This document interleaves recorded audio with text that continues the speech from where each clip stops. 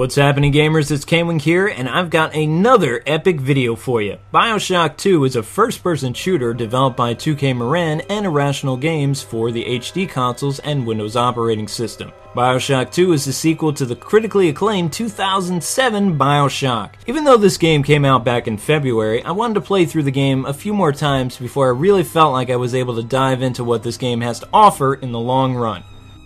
The game is set in a fictional modern Atlantis city called Rapture, taking place in a pre-apocalyptic, war-torn World War II alternate reality. The game picks up 8 years after the events of BioShock. The protagonist is a Big Daddy named Delta, whom is an Alpha series and the first of his kind. Without giving too much away, this Big Daddy has really no important ties to the last protagonist. The game opens up with the Big Daddy playing with his little sister. Well, sort of. She's actually going all vampire on corpses and draining blood. Somehow, the two of you end up getting separated, and a fight ensues between you and 3 unlucky splicers. Son of a big guy.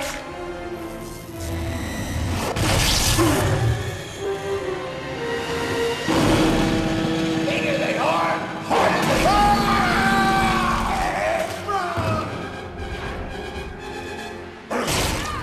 Get out of here, freak! All actually seems to be going well until the Big Daddy gets hypnotized and it shoots himself in the head. Ouch. Now we flash forward 10 years and lo and behold, you're back to life. No explanation. Unlike the last game, I've noticed this game has a lot more adventure aspects, allowing you to explore almost every nook and cranny of the sunken city. Anyway, when you first start out, players are equipped with a drill. After making quick work of Dr. Splicer, players will come across a plasmid, the first one of the game. After injecting yourself with what appears to be force lightning, a little sister greets you and says that your little sister is Eleanor, and she is your link. All of a sudden, an unknown enemy grabs the little girl and you chase after her. Personally, I think this is a very clever tutorial stage, and it had me completely fooled. Other than the drill, the Big Daddy can carry a wide array of weapons, from a machine gun, shotgun, spear gun, and grenade launcher to name a few. After doing some more exploring of the dead city, getting a new weapon, and killing more splicers along the way, the Big Daddy finds the little sister and some major trouble. In case you're wondering, yes, this is an introductory boss fight. Wow, that could have gone better than I hoped. Don't worry, my skills get better as this game progresses. One of the things players complained about in the last game was the splicers, and the overall repetitiveness of the enemies in that game. BioShock 2 features new enemies and challenges all its own. New to the series, we have these brute splicers, which are massive Hulk-like creatures that throw stuff at you and are fierce fighters. The splicers, for the most part, have a major attitude change and act less like crazed scavengers out for blood, and more like a bizarre family but with twisted values. The splicers use mainly guns now, but some of them actually use plasmids and other powers. We also have different Big Daddy units, each with their own strengths and weaknesses. Some of these creatures appear in the role of the splicers from the last game, but again, Big Daddies will only attack anyone that attacks them first, but the Alpha series will just attack you randomly. Let's look at what makes this game different from its predecessor, shall we? Besides the single player, BioShock 2 offers a multiplayer mode, but how they go about it is very well done and a lot of fun to play. The multiplayer game is a prologue to the first game. Andrew Ryan appears on TV to wish everybody a Happy New Year. A minute later, the civil war at the Kashmir restaurant begins. Each player has their own apartment to prepare for battle and customize, and this is the hub world for the online game. What's really cool about this mode is abilities are unlocked by defeating enemies and leveling up or playing through the game for very long periods of time. The multiplayer modes are Survival of the Fittest, which is a free-for-all bloodbath. Civil War has Ryan and Atlas forces clashing, and it's the team with the most kills wins. Last Splicer Standing is an arena match. When you're dead, you don't respawn. Turf War is this King of the Hill type game. Capture the Sister is like capturing the flag, with Little Sister and Big Daddies. Atom Grab is another mode involving holding a little sister the longest, and Team Atom pits teams against one another.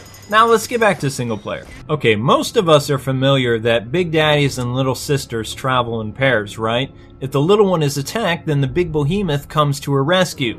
What BioShock 2 does is put the player into the Big Daddy's shoes, literally. In the last game, the protagonist, upon defeating her guardian, players could either choose to rescue the little girl or kill her, giving you a moral decision to be good or evil. In this game, players are able to either adopt a little one or murder them. Killing them actually removes the game's new gameplay direction, so keep that in mind. Once the girl is adopted, the player hoists her on her shoulders and she helps you find Adam. Once you set the little girl down, this is where it gets interesting, folks. While the little girl is removing the Adam, it's your job to protect her from the rabid splicers all over the place. Players have the ability to go blow for blow with the enemy, or you can be tricky and lay down traps around the vicinity of the Adam-filled corpse. Once she has drained 2 bodies full of Adam, bring her to a vent to either free or kill her. When you do harvesting, it kills the girl. So it comes down to this: are you going to be the hero or live long enough to see yourself become the villain? Choosing the dark path gives you more Adam, but is a less rewarding experience. Playing the righteous hero, on the other hand, offers more rewards. Spared villains will aid you by sending you packages and other goodies through the mail. Rescued little girls will leave you teddy bears filled with Adam money, and it powers you up faster than being evil. Plus, these new abilities make the little sisters harvest Adam faster and even keep working when being attacked by splicers. The game also offers tweaks to the gameplay. For one, now players can multi-wield plasmids and weapons at the same time. This makes for some pretty interesting combos. The plasmids, while most have returned, all of them can be upgraded. Example, Inferno can burn one enemy, Inferno 2 can be charged and incinerate foes faster, and the last upgrade uses a lot of energy but acts as a deadly flamethrower. While I didn't mess around with this feature, plasmids can be combined, like firing Incinerate into a cyclone trap will create a fiery death trap. Speaking of upgrades, Delta has the ability to upgrade a weapon 3 times, once for power, accuracy, and the clip size. Hacking enemies is much easier and offers a remote hacking tool instead of manual. The camera can also be used while fighting and doesn't pause the screen at all, another sense of keeping the action going. Delta also has the ability to replenish Eve automatically, and as long as you have enough Eve reserves on hand, in an intense combat situation, this feature comes in very handy. Probably my biggest disappointment with this game is the city of Rapture itself. For me, it didn't seem that the city was that mysterious as it once was. But then again, 10 years of civil war and destruction has not been kind to the architecture. I'm not saying that the graphics are terrible or anything, quite the opposite. The game's visuals are very impressive and spectacular all at the same time. I loved being able to explore more of Rapture and even venture outside the city limits. To truly experience the graphics of this game, players need to swim with the fishes. My biggest beef with the game is that we've seen this all before. Rapture still looks the same. Does the game offer improvements over the last game and give you better gameplay? You bet. Still, I couldn't help feeling that the mystery that this game once held for me is over. While I'm on this mini rant, the story for this game is much weaker than its predecessor as well. Most of the characters felt very wooden, and to me it just felt like a power-crazy cult story. Those stories are never very entertaining for long anyway. BioShock had Jack, Ryan, the Civil War, an amazing story, and a twisted outcome. And this game was good, but that's only because of the redefined gameplay, plasmids, adoption feature, and better moral choices. The reason why we're going to keep playing this game is the gameplay. It's just fantastic. I love being able to dual-wield plasmids and weapons. And also the combat and gameplay is just so more redefined over the last game. It's very rare for an AA title to offer so much over its sequel. Yes, certain parts of this game tread a lot of water, but what's going to make this title a success is the features I mentioned. Add on an incredible multiplayer experience and you have yourself one amazing title.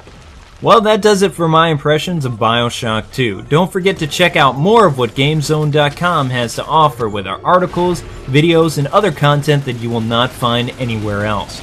My name is K-Wing, thank you so much for watching. My catchphrase as always is God bless and happy gaming. Until the next time.